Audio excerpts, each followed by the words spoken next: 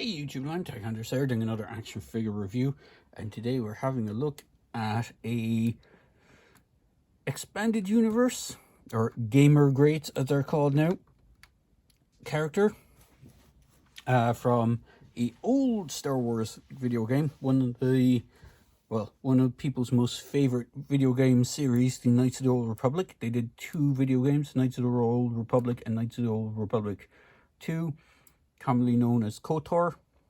KOTOR, and this is one of the villain characters from that video game called Darth Malak. So he comes in the kind of standard Black Series packaging. Now this is the plastic free packaging, so there's no window on the front of the box, and you have an image of the figure. Well, it's an rendering of the figure, and I'll get into that in just a little bit, because when I was looking at the figure I did notice something kind of odd with the posing of the figure on the box. It's something you can't replicate. So there's a brief write-up for him, and then it's replicated in different languages, but that brief write-up goes: Darth Malak was once an apprentice of Darth Revan, a fallen Jedi turned Sith Lord who inspires terror just the mention of the name. With Revan presumed dead, Malak embarked on his mission to conquer the galaxy on his own.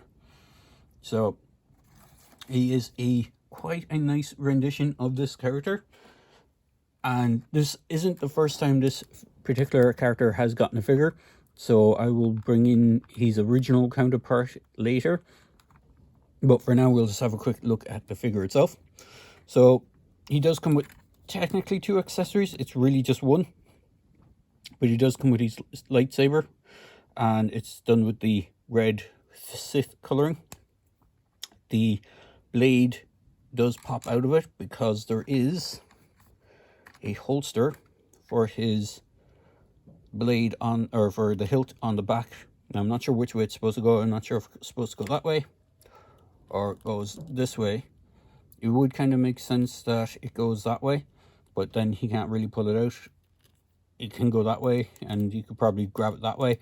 Depends on which way you want it to go in. I kind of like it this way, with the hilt, with the where the beam would be facing that way, but you can put it on either side depending which way you want it. It is detailed. It doesn't have too much paint apps on it. It is done in a silvery kind of off metallic, kind of has a blue tint to it, and then there is the control mechanism on there. But unlike other sabers where they used to have a hoop and or a peg with a peg into the side, he has that storage point there for it, which is quite nice. So, and then the beam just pegs in. Now, I would stress, be careful with these beams. I've had a couple of figures over time where the beam, the peg for that has broken. So he holds it quite nicely in either hand. The box depicts him holding it in his right as his main hand, and then the left as kind of the off hand. So he has a good range of movement. So he does have the butterfly joints in the shoulders, but it is hidden quite well with this armor piece. He can move his arms up that much because of the way the armor is sculpted. It'll only go up that far. You can get full 360. His cloak at the top is soft goods, but his lower version of the, I wouldn't say it's a cloak, but that's part of his sculpt. That's a solid plastic piece, as it's part of this whole bottom part of his tunic. So he does have a good range of movement. He does have waist swivel. He has ab crunch and a swivel at the ab crunch. The rest of his arms has above 90-degree bend in the elbow, which is nice. He does have a wrist swivel, and he has a hinge on those wrists, so you can articulate the hand as well. I'll get onto his head last because it's one of the interesting parts about him. He can do the splits that much. There is slits on the side of that tunic to give him a bit more freedom of movement. His whole tunic is a solid piece as well, so sitting forward you kind of only get about that much, and back you don't get much at all because of the way his legs are designed. He does have the thigh swivel. He does have a single bend in the knee, but it gets a good bit above 90, which is nice. He has a swivel in that as well. He has the rocker ankles forward and back, and he has dual peg holes on the feet.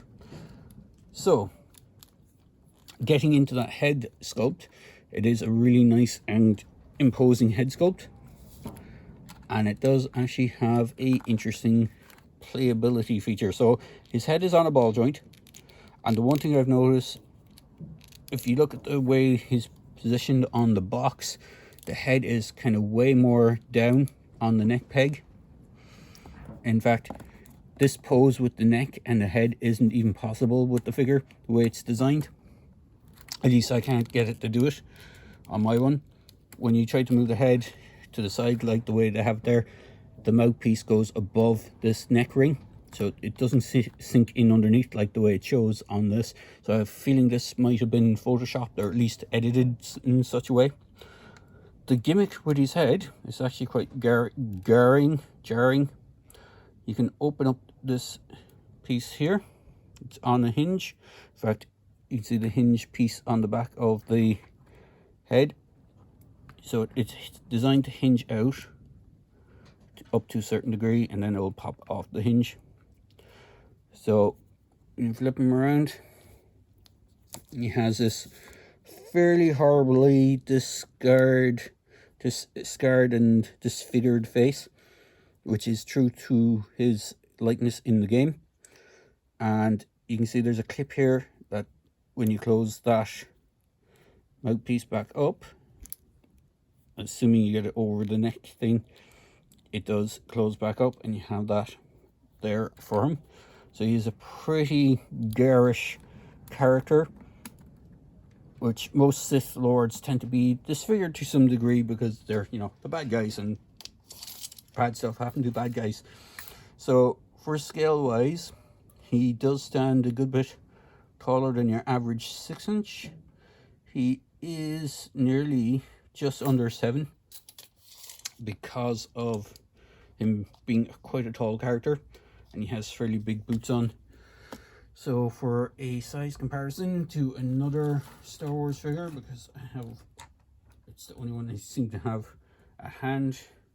Here's one of the Hoth Rebel soldiers. You can see he's nearly a head height above this guy. Oh, as I knock him over.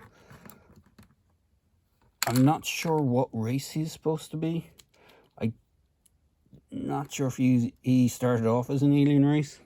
Again, I haven't finished or played the video games too much, but you have that. And then, because I said I would bring him in, here is his original counterpart. So this figure was released as part of, I want to say, the Saga series or the 30th anniversary series. He was part of the video game figures. So they did him, oh, not Malak, what's the other guy's name? The guy that came from Knights of the Old Republic 2, which people loved the design for. I know I'm going to butcher his name. It begins with an M as well, if I remember correctly. But yeah, I don't think they did Revan in his arm. Actually, no, they did do a Revan as well. He's just one of the hardest ones to get. This guy is actually quite hard to get it now as well. But just like his larger counterpart, you can remove the faceplate. See if I can get it focus. And you have, I think it's actually even more of a disturbing face than the larger version. But he has like the same removable jaw piece that his larger Black Series counterpart now has. The difference between this guy and the newer one is that, like, the articulation they chose back in the day was these weird swivel elbow type things instead of the ball joints. Later on, those would be improved to ball joints, but this guy never got that update. But like, he has nearly all the same articulation as like modern Star Wars, 3 3/4 inches. Like, he has a swivel in the wrists, he has a knee joint, nothing in the ankles, whereas the new ones do.